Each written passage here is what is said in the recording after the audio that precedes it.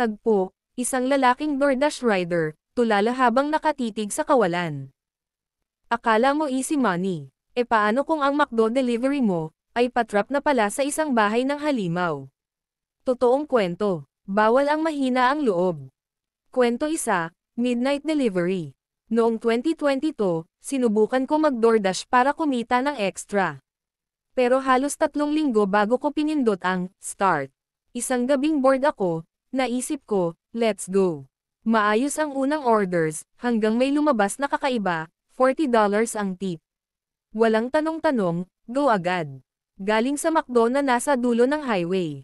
Pagkakuha ko ng order, napansin kong papunta ako sa lugar na tinatawag kong nowhere. Tumawag ang customer, boses ng lalaking may edad, parang galit. Tinanong lang ang address, tapos tumahimik. Bigla na lang binaba ang tawag. Habang papalapit ako, lalo akong kinabahan. Foggy, walang katao-tao. Pagdating ko, parang haunted farmhouse. May porch, may ilaw, pero sobrang tahimik. Pagkatok ko, Kirk. Bumukas ang pinto. Narinig ko ang boses ng lalaki. Sabi niya, iwan mo sa kusina. Pagpasok ko, amoy kahoy na luma, parang pinagsamang antik at abandon. Tapos biglang may tugtog, matandang piano music, sobrang lakas. Tinawag ko siya, Sir, hello. Walang sagot. Lumapit ako sa kusina, pero mas lalo itong dumidilim. Pakiramdam ko, di na ito worth it kahit may malaking tip. Nang pabalik na ako sa pinto, boom. Nandoon siya, nakatingin ng malalim, malalaking puting mata, parang nahuli ko siya sa balak niya. Sa sobrang takot ko, tumakbo ako palabas. Umalis agad sa lugar na yon. Naiisip ko, baka gusto niyang i-lock ako sa loob, kaya nilakasan ang music para di ko marinig ang mga yapak niya. Pag-uwi ko, delete app. Never look back. Akala ko easy tip, muntik na palang maging huling delivery ko. Kwento 2, bantay sa motel. Na-lay off ako, kaya kahit anong trabaho, pinasok ko, maging motel receptionist man sa gitna ng highway. Noong unang gabi ko mag-isa, may babaeng customer na parang may hinahabol. Naka-check-in agad. Makalipas ang ilang oras, may lalaking pumasok, walang sasakyan, parang multo. Tinanong lang ang presyo, tumingin-tingin sa likod ko, at umalis. Wala pa ring dumaan na kotse. As in, literal na wala. Lumipas ang ilang oras, tumawag ang babae, may nakatayo raw sa labas ng kwarto niya, ayaw umalis. Paglapit ko, wala na. Pero nang ilarawan niya, alam kong siya yon. Ang lalaking kanina lang pumasok. Nang tanungin ko kung tatawag ng pulis, ayaw niya. Sabi niya, aalis na raw siya kinabukasan. Pero mga 2 AM, may malakas na kalabog. Tumakbo ako, nakita ko yung pinto ng babae bukas, siya, na corner ng lalaki. Tinawag ko siya. Paglingon ng lalaki, galit na galit ang mukha. Tumakbo siya, tumawid sa highway at nawala sa gubat. Later ko lang nalaman, ex-husband pala ng babae.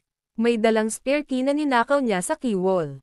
Sabi ng babae, ayaw niyang mas kumalat pa ang gulo. Pero sa loob-loob ko, paano kung di ako dumating sa oras? Dating tip, kapag nakita mong ex mo naglalakad sa highway ng 10 miles, hindi yun romantic gesture. Takbo na. Kwento 3, night shift ni Maxine. Ako si Maxine. Lumipat ako sa maliit na bayan, at sa kakulangan ng options, nagtrabaho ako sa isang maliit na grocery store, night shift. Ang manager, si John, matangkad, may beard, sobrang ngiti-ngiti. Pero hindi cute yung ngiti na parang may balak. Habang nagtatrabaho ako, lagi ko siyang nahuhuli na nakatayo sa dulo ng aisle, nakatingin lang. Mga 2 AM, tinanong niya ako kung gusto kong mag-break. Sumama ako. Dinala niya ako sa likod ng store. Biglang may kotse, nakapark kanina, bumalik, dahan-daang papalapit. Nagsimulang kumabog ang dibdib ko. Si John, deadma, parang inaabangan talaga. Tumakbo ako pabalik. Nang marating ko ang opisina, wala na lahat ng gamit ko. Narinig ko ang mga yabag, hindi na ako nagpatumpik-tampak. Tumakbo ako sa gas station at humingi ng tulong. Dumating ang pulis. Sabi ni John, wala raw siyang nakita. Pero, lahat ng gamit ko. Binalik niya pala sa opisina bago dumating ang pulis.